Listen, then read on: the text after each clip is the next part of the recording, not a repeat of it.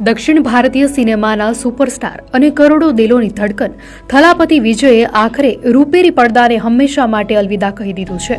33 વર્ષ સુધી ફિલ્મી દુનિયા પર રાજ કરનાર વિજયે જાહેરાત કરી છે કે હવે તેઓ અભિનયમાંથી નિવૃત્તિ લઈ રહ્યા છે। મલેશિયામાં તેમની અંતિમ ફિલ્મ જનનાયકનના ઓડિયો લોન્ચ દરમિયાન વિજય અત્યંત ભાવુક જોવા મળ્યા હતા। તેમણે ભીની આંખે ચાહકોનો આભાર માનતા કહ્યું કે 33 વર્ષ સુધી લોકો મારા માટે થિયેટરોમાં ઊભા રહ્યા। હવે સમય આવી ગયો છે કે હું તેમના માટે ઊભો રહું। વિજયે પોતાની રાજકીય પાર્ટી તમિલગા વેટ્ટી કઝગમ દ્વારા હવે સંપૂર્ણ સમય જનસેવા અને રાજકારણમાં આપવાનો નિર્ણય કર્યો છે।